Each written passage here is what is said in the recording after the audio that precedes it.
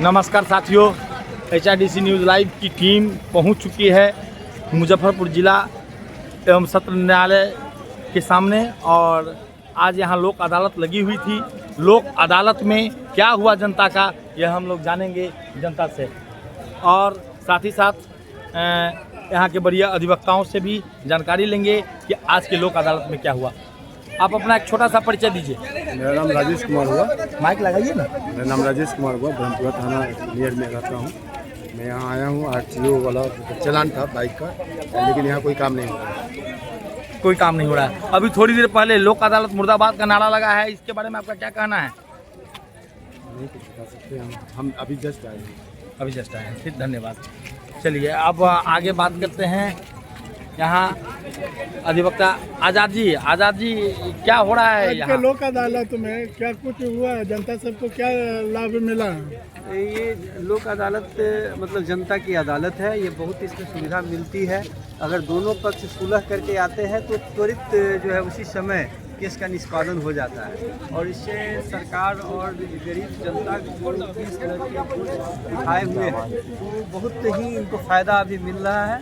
और जो भी जनता जो चाहते हैं कि हम दोनों पक्ष सुलह कर लिए और तुरंत उनका केस निष्पादन हो जाता है। रही बात जो मोटरसाइकिल की चालान की बात जहाँ तक की है, तो चालान जो कटा हुआ है उसमें रियायत जनता को नहीं हो रहा है। इससे जनता लोग क्षुब्ध है और जनता चाहती है कि हमारा जो चालान कटा है उसमें अधिक से अधिक कंसीडर हो, और ताकि सरकार ठीक है। अब ये बहुत ही अच्छा रहेगा। सामने एक अधिवक्ता हमारे हैं।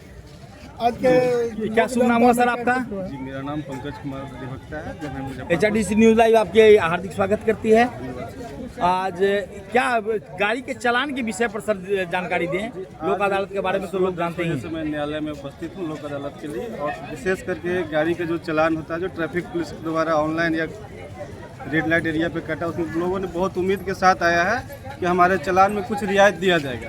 परंतु मैंने भी लोक अदालत में गया और खुद से बात किया, वहाँ पे किसी तरह का कोई रियायत की बात नहीं की जा रही है। पूरी रकम अदा करने की बात की जा रही है। तो मेरा ये कहना है कि अगर पूरी रकम मुझे अदा ही करना पड़ेगा तो लोक अदालत में हम क्यों आए और अपना सारा काम छोड़कर आए हैं। यहाँ हम इसलिए आए कि हमारे जो राशि उसमें कुछ कम होगा, लेकिन यहाँ मेरा उल्टा परिणाम हो गया। राशि तो उतना ही मेरा रह गया रकम, साथ साथ में मेरा जो रोजी रोजगार था हमने छोड़ के यहाँ लोक अदालत में अपने आए हैं काम के लिए। तो अभी जो है कि हम लोग अभी वरिष्ठ अधिवक्ता अजीत भास्कर जी से अभी कुछ बात करते हैं। आज लोक अदालत में जनता के बीच क्या हुआ? जनता के साथ मजाक किया गया है। एक अधिवक्ता होने के नाते, एक समाजसेवी होने के नाते मैं जो महसूस कर रहा हूँ यह एक प्रशासनिक मजाक इसको कहेंगे। अगर 100% चालान की राशि जमा ही करनी है तो लोक अदालत का कोई औचित्य ही नहीं है। यहाँ के रुष्ट जनता को हमने देखा है कि लोक अदालत मुर्दाबाद का नारा लगाया, कहीं न कहीं न्यायालय की गरिमा को गिराने वाला है। न्यायपालिका को सोचने की ज़रूरत है यहाँ कि हम अपने कार्य कुछ ऐसा काम करें कि एक नज़ीर पेश कर सके जनता के बीच में। कहीं ना कहीं हमारी असफलता यहाँ सामने आ रही है। इस बात को स्वीकारने में मुझे कोई दिक्कत, कोई आपत्ति नहीं है। यहाँ के स्थानीय जनता भी हैं, आप जनता से बात करेंगे तो ज़्यादा अच्छा आपको रिस्पॉन्स आएगा इनसे। आप बताइए आज के लोक जनता अदालत में क्या हुआ? मुर्दाबाद मुर्दाबाद का नारा लग रहा है। हमारी बात एक बार सुन लीजिए। हम पिछले बार भी आए थे सर, पिछले बार भी बोला गया था कि जमा होगा, दिन भर वेट करके चले गए, फिर नहीं हुआ।